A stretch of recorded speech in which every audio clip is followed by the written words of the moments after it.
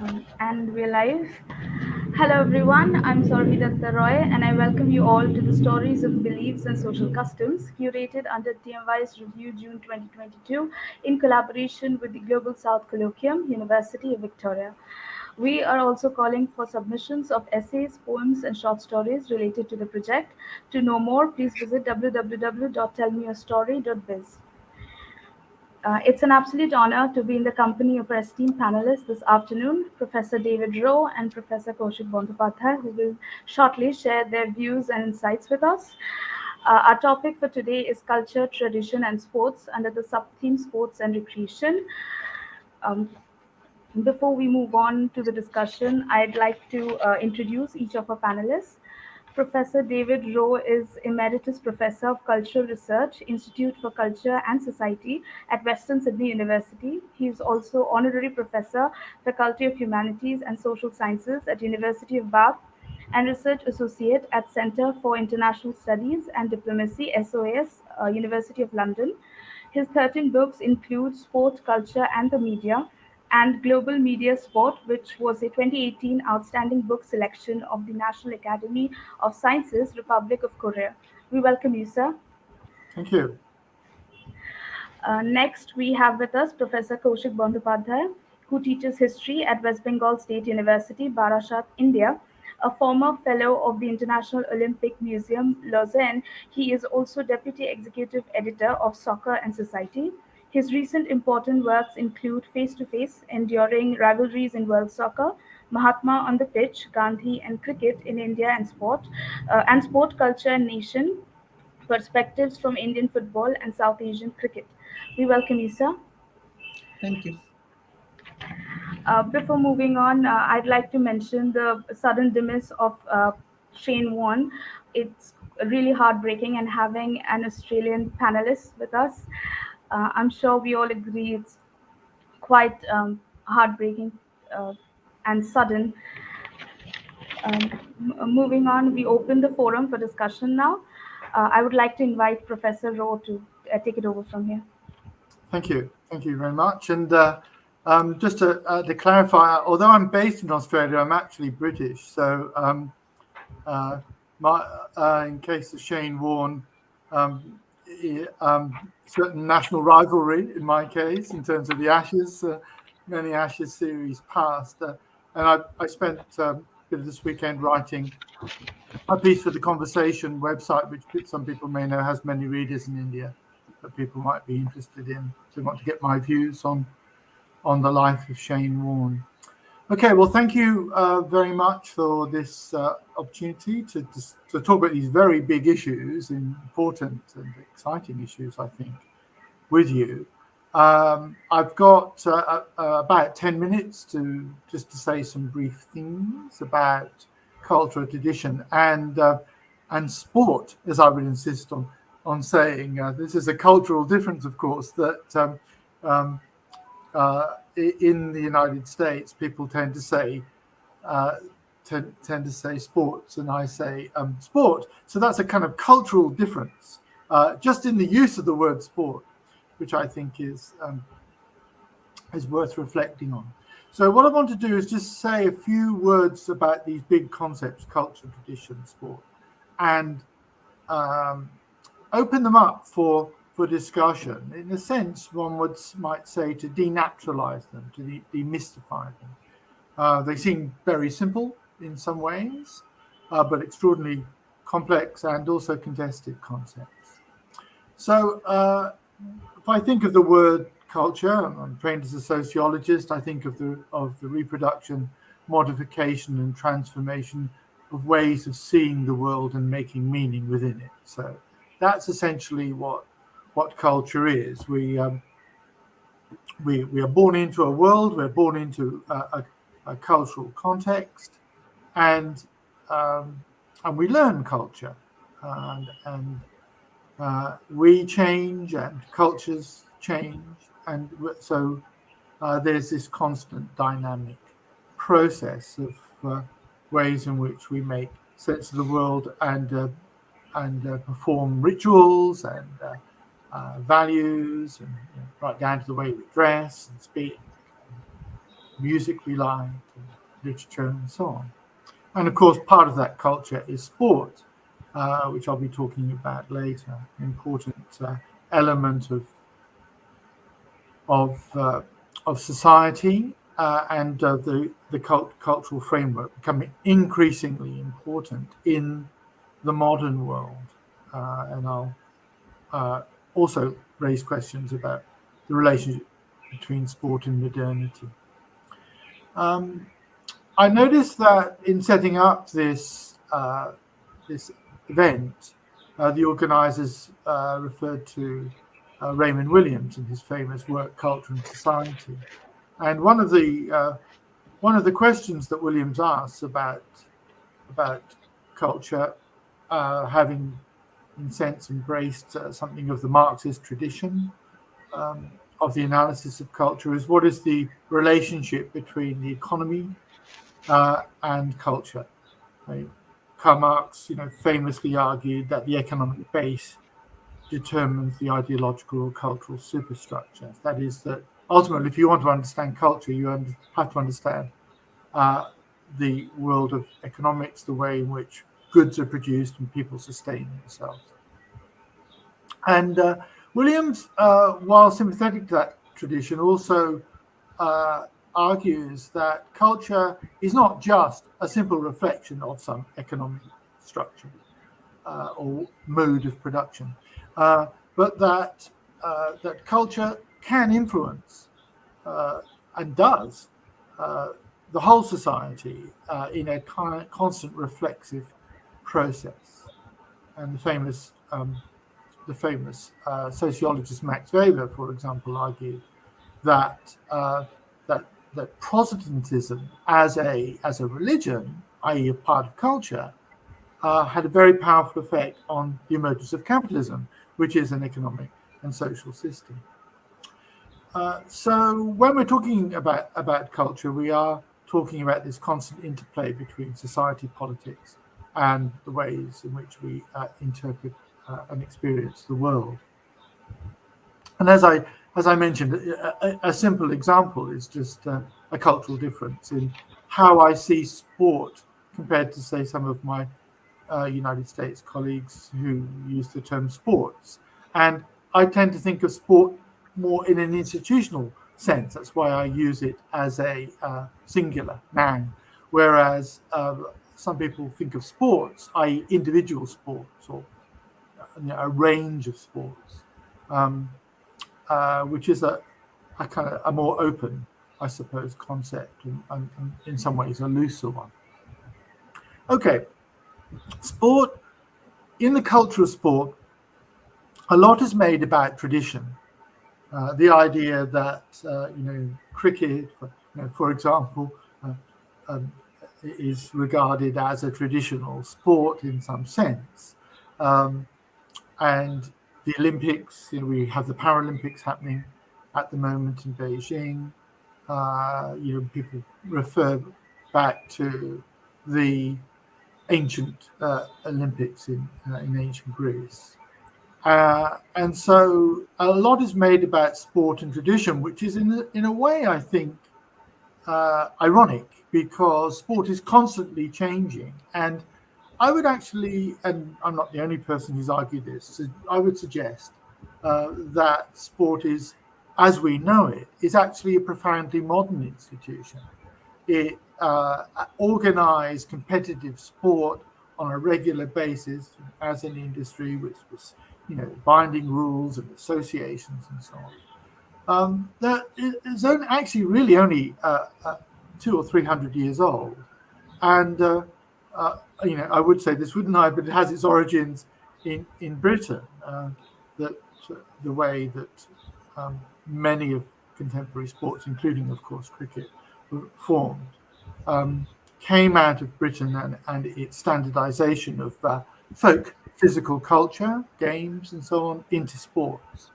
And of course, we can't talk about cricket without referring to imperialism and colonialism and the spread of cricket culture out across the line, the imperial lines of the British Empire. and obviously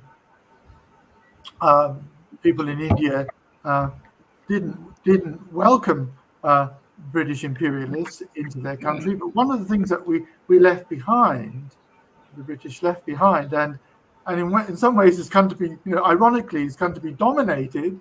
The sport has come to be dominated by India, and in particular the board of control for cricket in India.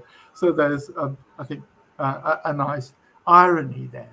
And I think often when people appeal to tradition, they are really talking about something that is new or invented. And Eric Osborne and Terence Ranger edited a famous book called The Invention of Tradition, which is a nice kind of paradox that people nostalgically refer strangely to sports and sporting arrangements that are actually quite new. And I think we have to think of tradition as both support. In some ways we like tradition; it gives us historical continuity, but as a weight, the dead weight of history, resting on people.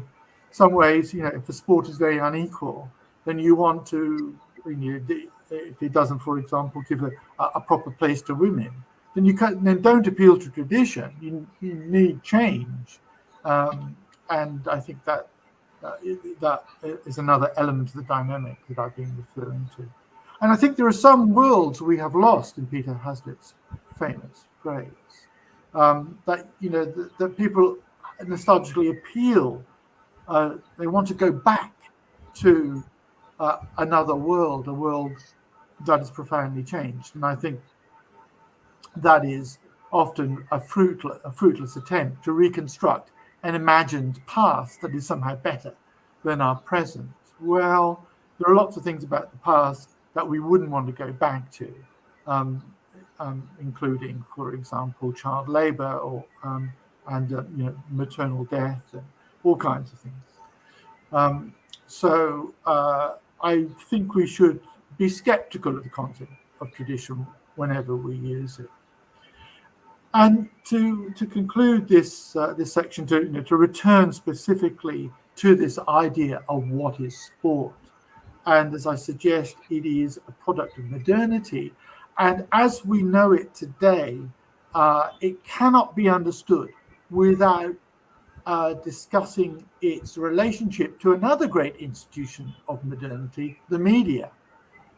First the print, and then the electronic or broadcast media, and then, of course, digital media and the internet. Sport would be a much smaller and more restricted form of popular culture if it hadn't been for example, television giving us, when we watch a live sport event, a sense of having been there, taking a sport beyond a particular physical space, a sporting contest, and making it available, sometimes globally, as in the case of the FIFA World Cup and the Olympics, or Super Bowl in the National Football League in the United States. And so I think we can also talk here about sportification, how physical pastimes become sport. And the American sport historian Alan Goodman wrote a famous book called From Ritual to Record, in which he talks about how, we have seen sport become rationalized. We measure it, down to the last centimeter. We fine-tune rules. We play around with those rules, sometimes at the behest of organizations like the media, which is something I may talk about later. Finally, I think when we talk about sport, we're talking about many things. We're talking about something that is profoundly local in some respects, but is transported, as we've seen in the case of cricket, become transnational, become global. It can become a kind of mixture of local and global, and the famous Japanese marking term "glocal," where there's a mixture of indigenous culture and imported culture, and it produces this hybrid. And of sport. And ultimately, we might say in a postmodern kind of way, there's a mashup. There are some forms of sport that become very uh, well so new, so different, so shifting that appealing to traditional form or structure um, may seem in some case an impossible task. So there's a lot to talk about here. I'm happy to elaborate on any of the points that I've made here. I hope that's been useful to you. Thank you. Right, that was a very crisp way of putting it, and I especially loved the local part. um, Moving on, over to you, Professor Bandyopadhyay, if you'd like to add something or just. Yes, thank you, Sourabhi. Thank you, Tell Me Your Story Forum, for giving me this opportunity to share my ideas. At the outset, we are really shocked to know the death of Shane Warne. Absolutely, we have lost a magician in the world of sport. Uh, Professor Rowe has nicely set up the backdrop where I can probably briefly talk about how the game of studying the history of sport in India is on and yet it is on. Uh, I feel the history of sport still seems to be in its adolescence in India. To establish its credibility as a viable academic discipline has proved something of a struggle for those Indian scholars engaged in its research in the past. Similarly, it is yet to gain currency as part of the curricula in various disciplines of the social sciences in across India. Now, today, I will briefly narrate my experience of creating an academic culture of sports history and studies in India, and thereby establishing a tradition of study, teaching, and research in the field. Working with an international journal, Soccer and Society, for more than 1.5 decades, I will tell a bit also about the story of bringing in diverse facets of sport, in particular soccer, from various traditions and cultures to understand sport in different contexts. I absolutely agree with Professor Rowe in using generically the term sport rather than sports, also in the context of India. In the process, I draw your attention to a teacher's struggle, a researcher's struggle, a teacher's battle, and an editor's challenge to establish the credibility and viability of the history of sport in the Indian as well as in the global context. The outcome, so far as India is concerned, is that a historiography of sport in India is in the making from global to local level in languages ranging from English to the vernacular, as sport is used as a lens to reflect upon diverse spheres of life and as an autonomous domain to claim its rightful place in academic and popular studies. Just to start with on a personal note, I was only 4 years old when my father first took me to Calcutta Maidan uh, to watch a football match, followed by many more matches in football, cricket, and hockey during my school days. It was he who introduced me to the world of sports with a number of anecdotes and stories on Indian and global football and cricket. Although I never played the games beyond the college days, I never lost an occasion to watch the local league matches or international fixtures in football, cricket, and hockey since the early 1980s. The passion for the game drove me to take up the social history of Bengal football as a subject of my research at the doctoral level. I also started teaching in universities in the late 1990s, and since then I have concentrated on understanding the significance of sport, particularly football and cricket in South Asia. A sport has became an intriguing lens to reflect upon histories of colonialism, nationalism, communalism, decolonization, international relations, popular culture, and so on in the South Asian context. I joined the editorial team of the journal Soccer and Society in 2005, becoming its editor in 2010. The road to study and teach the history of sport in India and editing and journal on sports have been challenging, often against very heavy odds, which I have had to overcome with both determination and endurance.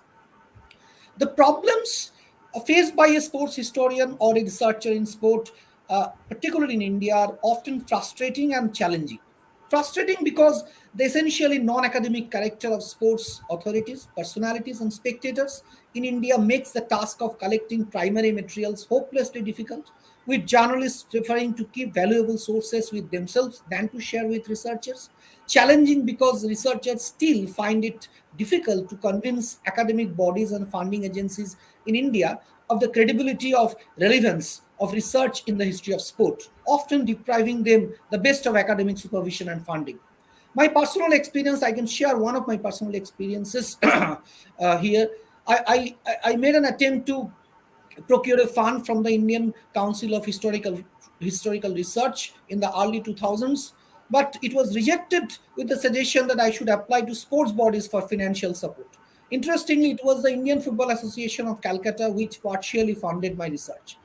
The long-standing academic negativity and myopia towards accepting sport as worthy of serious research thus often made the quest of the researcher much more critical.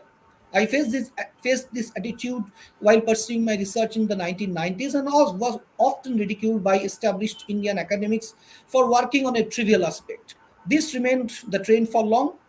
However, the situation has definitely changed for better in the last decade. The quality and quantity of scholarly works on sport have significantly increased in the past 2 decades, albeit concentrated in the hands of a few scholars. While this spurt in writing generated a lot of interest and encouraged a few young Indian researchers to pursue sports history in the last 1 decade or so, it is yet to receive deserved encouragement elsewhere in South Asia. Next, I come to the battle of the teacher in teaching. At the turn of the 20th century, I found it hard to include sport as part of postgraduate studies in history simply because of the absence of sufficient quality researches and publications. But I deemed it important to make a start in this regard because it was my belief that being an under researched field, the teaching of sports history within the broader discipline of historical studies at the postgraduate level must go hand in hand with serious research. As important, it would certainly encourage them to pursue research on sports history in future. But the attempt was wrought with major difficulties, some of which still exist in the teaching of sports history in Indian universities. There have been problems of acceptability for the more senior members of the departments of this new subject. There have also been problems of negative attitude towards this new domain of research among established academia. Questions have been raised about the availability of historical material. There have been difficulties of finding space in the crowded history syllabus, and so on. Uh, Whereas I failed in my first place of work, North Bengal University, to really come up with sport as a viable area of study in the history syllabus, I could do the same. I could actually overcome the same problem at my later place of work, West Bengal State University, where I presently teach. And I could include sport and other aspects of popular culture as part of the history syllabus, and students have found it really useful pursuing research on sport. Finally, come to my experience with the journal Soccer and Society, which began its journey as the first international refereed academic journal in 2000 with 3 issues annually. In the first 5 years, however, its focus was more or less Europe, with occasional articles relating to Asia or Latin America. Its editor, Tony Mangan, had a great vision to spread the pursuit of sports history globally and particularly in Asia. Despite this, the journal could not really break the frontiers of Europe till 2005. Hence, once I was incorporated into the editorial team, one of the first priorities was to make it truly global in its scope, content, and reach. My senior colleagues Mangan and my friend Boria Mojumdar were on my side, and we had to achieve the end without compromising the journal's quality. It was not an easy task, since articles from outside English-speaking world were often found to be rich in quality but poor in English. The editorial job therefore became pressing so as to ensure the quality of the published articles. We also began to encourage scholars to edit volumes or write monographs for the publication as special issues on diverse themes from various parts of the world. Even before the onset of online publication system, we could claim to have established the journal on a strong global footing by 2010.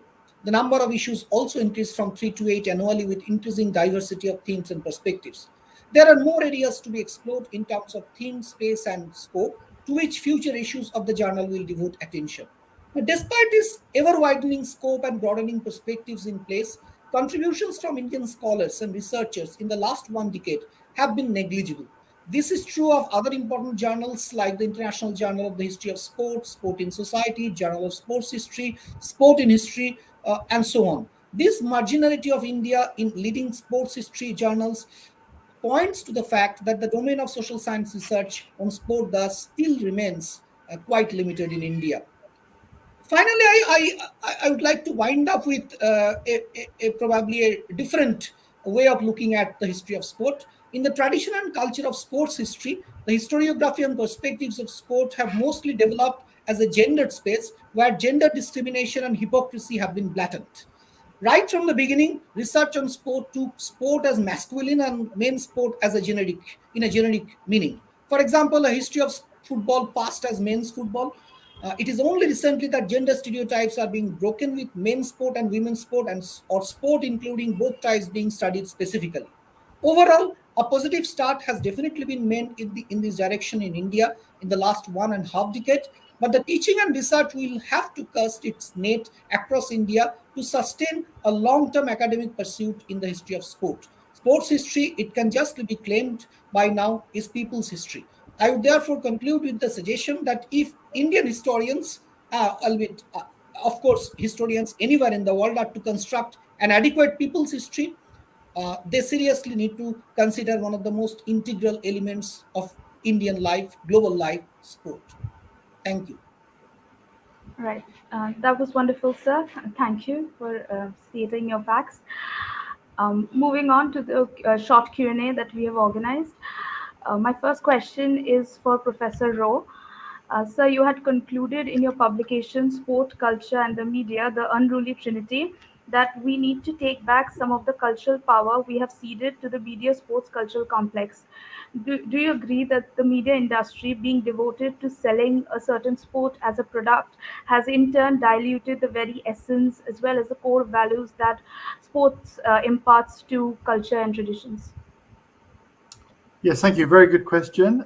Just before I answer it, I would just like to say thank you to Professor Bandyopadhyay for his presentation and his excellent journal, which I've published in in the past. And so it's very good to see that work being done. Yeah, I came to sport probably from the media as an academic area of interest, although I suppose first it was my PhD is actually on the popular music industry in Britain, and I wrote a book, Popular Cultures, Rock Music, Sport and the Politics of Pleasure, a long time ago now, in the mid-90s, that looked at sport and the relationship between sport and popular music as forms of popular culture, rock music in particular. And one of the things that when I kind of almost stumbled into the theme, into the field of sport, was I've been doing work on journalism. I was teaching media and communications by then. I was interested in the world of the media, and one of the things I detected was this concern amongst those in sport that the media were, and in particular television, were taking over sports. That they were in a way debauching it. They were making it into something else, making it into entertainment, maximizing audiences, changing the rules, putting in timeouts to match advertising slots, all that kind of thing. So that it seems to me that there is a codependency of the media and sport that means I think probably the sport is more dependent on the media in the sense that because it is kind of time and place bound in a way, and the media help sport to escape that. But of course, the media are very dependent on sport in a whole series of areas.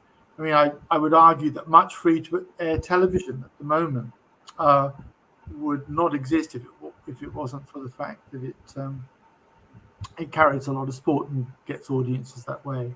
The same might be said of subscription television, and increasingly that's becoming true of streaming services. So, so there is a kind of mutual dependence there. But I think because the media, in particular the commercial media, are the principal paymasters of sport by a long way. They're the major economic force. This has taken me back to Raymond Williams and economic base and ideological superstructure and so on that I started out with. But one of the areas of concern is that the economic and financial power of the media is so great in sport that it's ended up being, as we would say in English sometimes, the tail wagging the dog. That sport is supposed to be what it's about, but it's become the kind of plaything of the media because it's so lucrative. So that is why I finished the first edition of Sport, Culture and Media, the Unruly Trinity, with that statement that we should, in my view, be careful that the attraction, in particular the financial attraction of the media for sport, may change it beyond recognition in ways that ordinary fans, and I am a sport fan. My favourite team is Plymouth Argyle, my home team in the third tier of the English system, and to see fans played around with clubs, nations, too much by the media because of their power is, I think, something of a concern. We have to watch it very carefully. Right. Okay. Um, my next question is for Professor Bandyopadhyay. You had stated in your publication Race, Nation and Performance, Footballing Nationalism in Colonial India, that in the modern world, sport in its political implications is perhaps more significant than sport as an integral component of leisure. How much do you think that this notion plays a part in crafting modern culture and changing traditions? Yes, and sport in the modern world has always been political. Its significance beyond the sports field is couched in political terms, and we can see this from ancient times. Take, for instance, the Greek idea, philosophy, and practice of sport, the Hellenic Olympic Games, or for that matter, the military spirit of the Spartans. Even in India, to give an example from medieval age, games represented strong political connotations in terms of royal patronage, royal competition, monarchical military discipline, and so on. Sports political implications uh, clearly play a crucial role in redefining modern culture and transforming traditions. For example, the ways communist or fascist states used various sports is an important example in this regard. Think of modern day cricket, uh, the culture and tradition of an English gentleman's game. Uh, Professor Rowe was actually talking about that began to undergo qualitative and quantitative changes from the 1980s as India, alias South Asian nations, introduced into the game a new commercial and cultural ethic. The politics of cricket changed the face of the game across the world, and yet it made way for its globalization. Think of politicization of cricket also in 21st century India. How mainstream politics has affected the role of the Board of Control for Cricket in India or other state cricket associations. The same may be more or less applicable to the administration of other sports. The politics and diplomacy over India Pakistan cricket is another such domain. Right. Moving on to my next question. This is for Professor Rowe. Sir, Antonio Gramsci's theory of cultural hegemony has been a foundational tool in the sociology of sport, given its utility in illuminating the processes by which dominant ideas are reproduced and transitioned into the realm of culture and traditions. Do you agree, sir? And how do you think this notion has affected culture, tradition, and society in relation to sports? Yes, another good question. And might I say, again, just in quick response to the professor, that what a time to be talking about politics and sport. At the moment, with what is happening in Ukraine at the moment, and sport after sport after sport. I've been talking a lot about this in the media. Has been engaged quite explicitly in politics, including the International Olympic Committee, which has an official policy of not getting involved in politics, which none of us actually believe. Has had to kind of own up to it.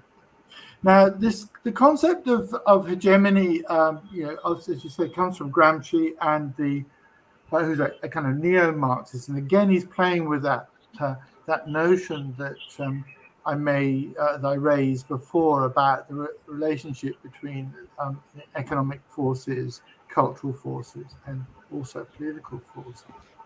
And he essentially said, look, often we use too deterministic an idea of power, how power works. We say, essentially, someone's got more resources than someone else. Someone's got an army, police force.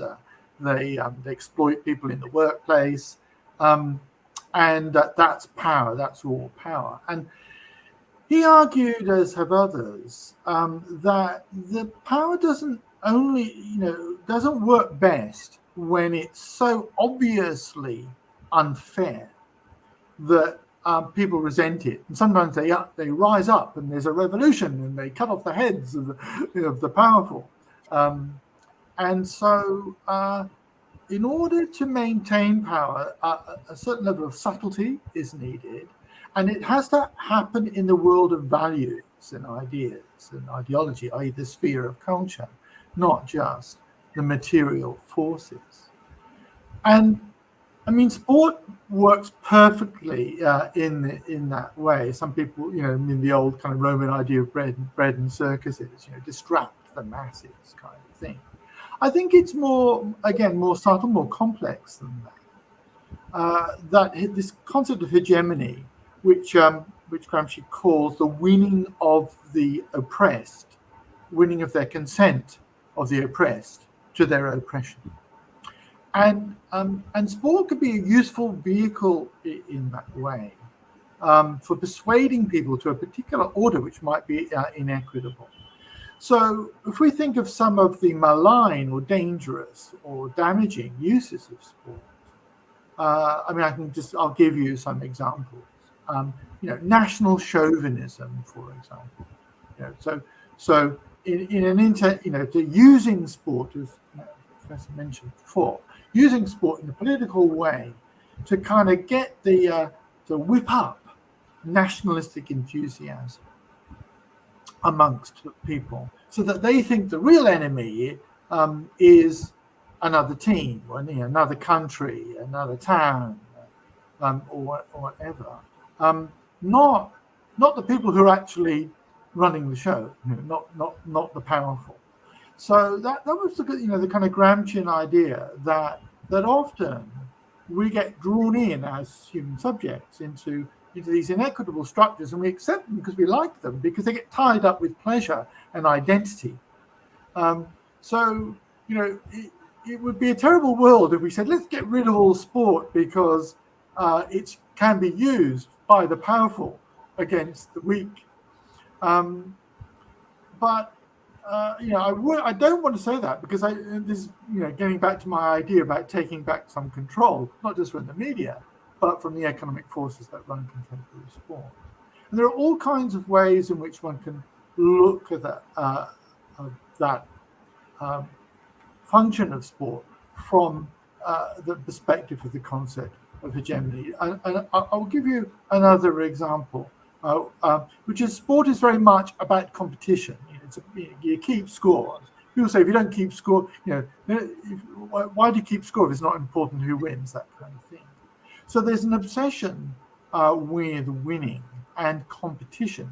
So you could say that is, in some ways, if the ethic of competition dominates, then cooperation between people becomes less less important. We want to encourage cooperation, including, for example, unionism, in the wider society. So if people are too individualized around competition using sport as a model, that is a concern. I mean, people do in team games cooperate, obviously, but there are also the teams themselves are structured unequally in many sports. The captain essentially, is kind of followed in a kind almost like in a military metaphor there. The foot soldiers and so on. And there's this phenomenon which I've also written about of stacking, where some people are put in particular places, in teams, because of their assumed racial or ethnic characteristics. So, for example, leaders, the people who use their brains, tend to be white.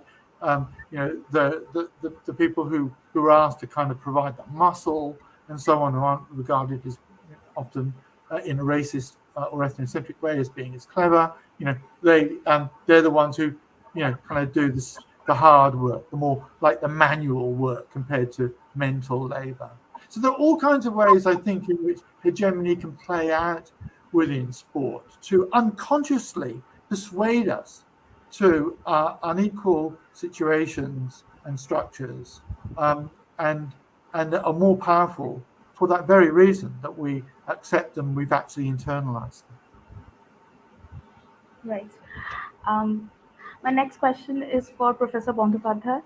So every country has their own origin story of the traditional sports and their more hyped up or mainstream sports.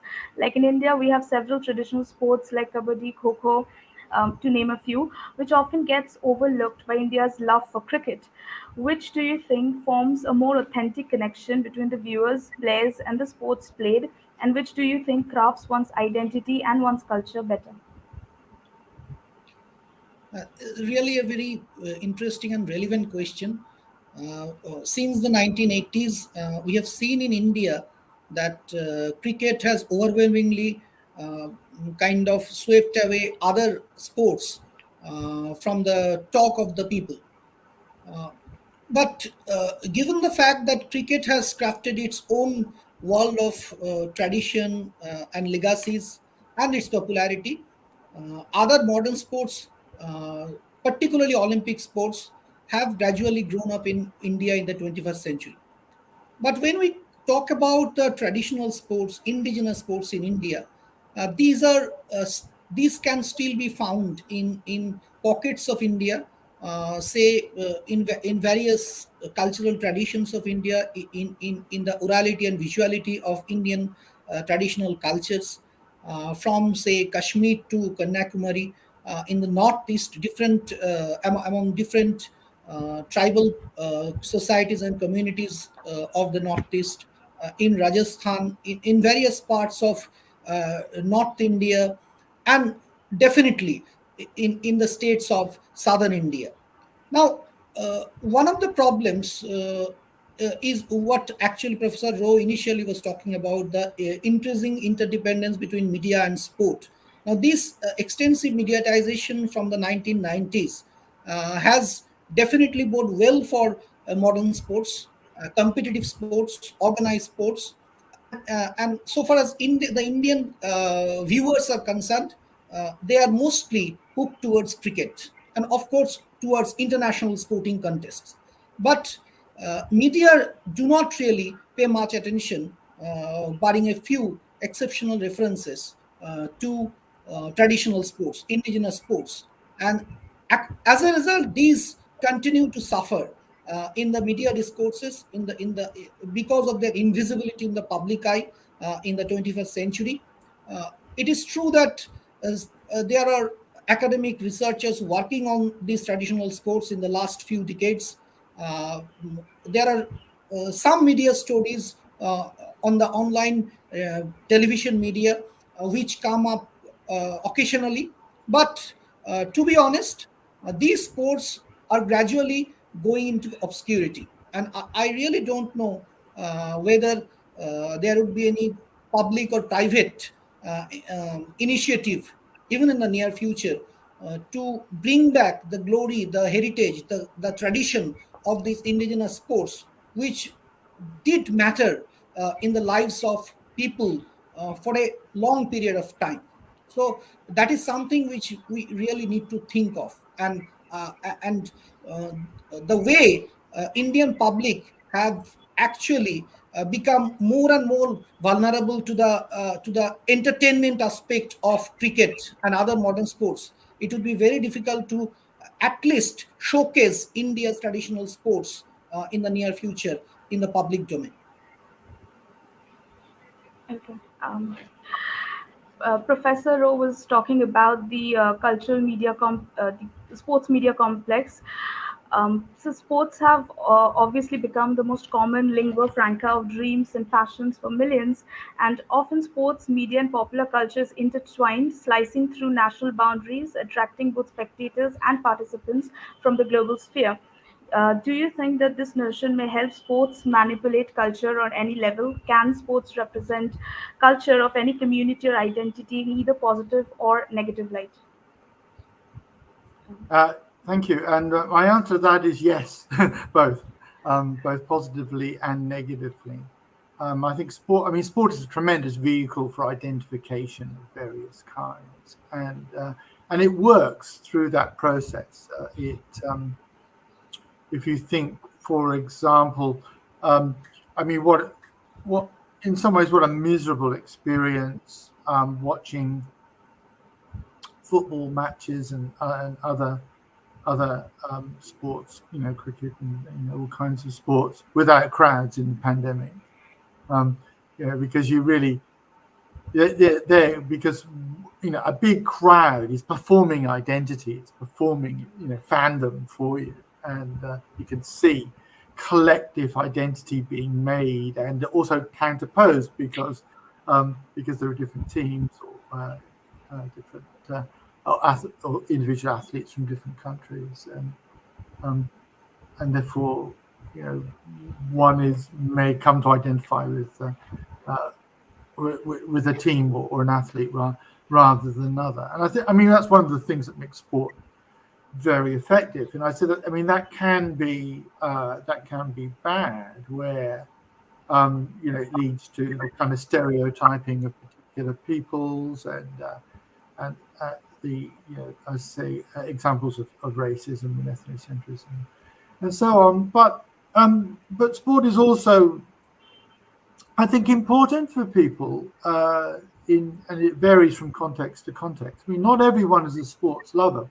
I think we all should make that clear. I've just done a study here in Australia which made quite clear that if you talk about adults in Australia, probably only about a fifth of adults, about 20%, actually play sport, organized sport regularly. It's not a lot. Only about half go and watch it, in a professional sense, in a stadium. A lot more watch it on television, of course, as we're talking about the power of the media. Almost everybody watches some, partly unavoidably.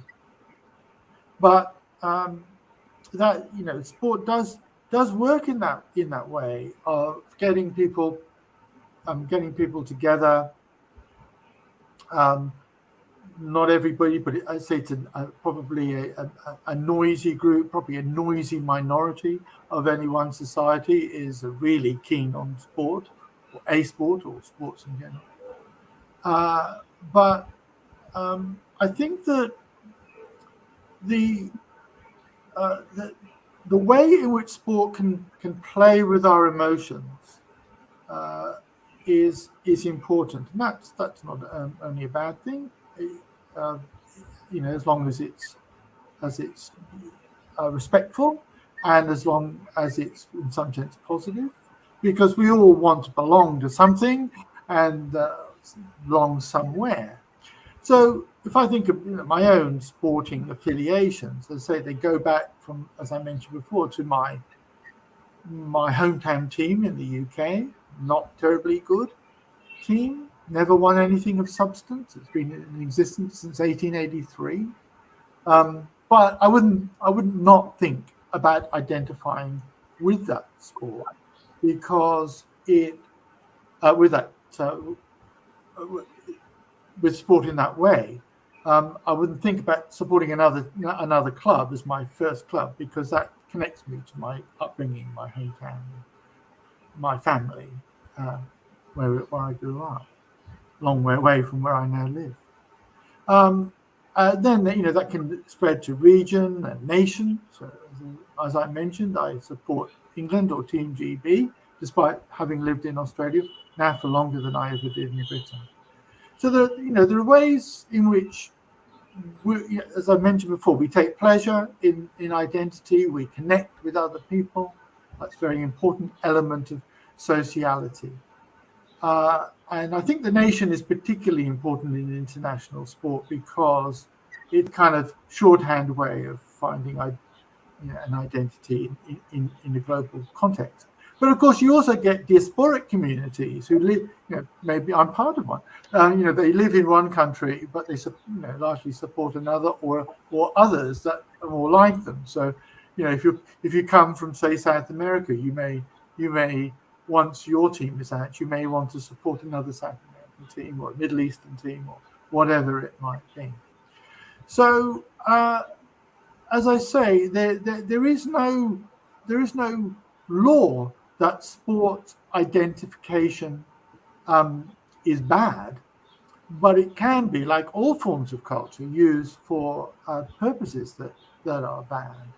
And so one of the reasons I may be critical of the media, have been for many years, is that to kind of manipulate audiences, to keep them watching, they often do play on some of their worst prejudices. And I look for more responsibility, therefore, among sports journalists and commentators. I think their social responsibility, I think, is something that they should keep very firmly in mind when they're dealing with dangerous concepts like national identity. Right. My next question is for Professor Bandyopadhyay. So sports participation and viewing often play an important role in defining a country's culture, which of course too many times have been mentioned today.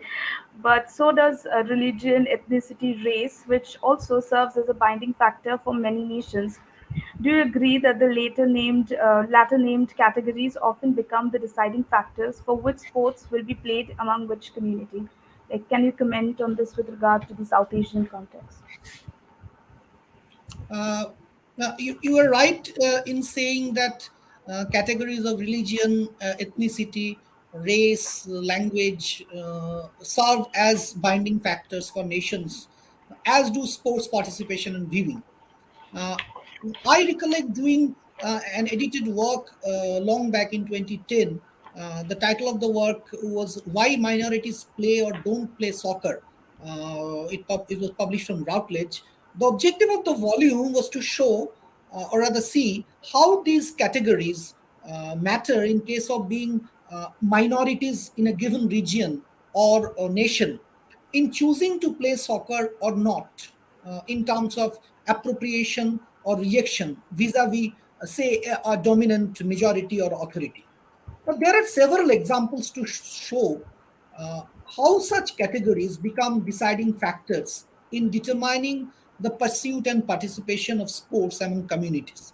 Take the instance of the Bengali pursuit of sports like cricket in Pakistan between 1947 and 1971, when Bangladesh was born. They were always discriminated in the sports arena because of their ethnicity and language, which was actually a part of an overall West Pakistani domination over East Pakistan, which is sometimes referred to as a kind of colonialism. If you take that case of Sri Lanka, they are also, since the 1980s onwards, the Sinhalese Tamil ethnic conflicts often got translated onto the sports field. Within India, take the age-old premise of excellence in football, cricket, and hockey in India, represented by Bengalis, Mumbaikars, and the Punjabis, respectively. Although such stereotypes no longer hold much water.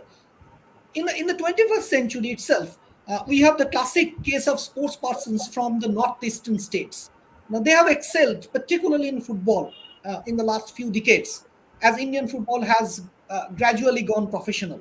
Ethnically, Northeasterners now provide the strongest supply line of quality indigenous footballers in India. So you can see that these categories, while are useful in understanding the tradition of sports in terms of pursuit and performance, at the same time, uh, in the South Asian context, probably in most of the South Asian countries, these categories also act at times as binding factors. But just one example to show that the other way around is also true. India was divided in 1947, partitioned. A new state was born, Pakistan, to serve the interest of Muslim communities. But Pakistan also had to be divided on the basis of language and culture. So you can understand that these categories cannot be used as rigid categories. There are interchanges. There are a lot of complexities in understanding the role of these categories in sports performance, or using sport as a lens to reflect upon these categories. Right. Um, with that, we come to an end. It was an absolute delight to get to know such exciting and thought provoking insights about sports and its relation to culture and traditions. I'm sure viewers who watch the live and who will be watching it would love the session equally. Thank you once again to Professor Rowe and Professor Bandyopadhyay for taking out time from your busy schedules to speak on the TMYS platform. It was absolutely enriching. Just a reminder, we are calling for submissions of essays, poems, and short stories under the project. To know more about the submission guidelines and the project architecture, please visit www.tellmeastory.biz. Thank you all. Thank Thank you. you very much. It was very enjoyable. Thank you. It was a Telling me your pleasure. story.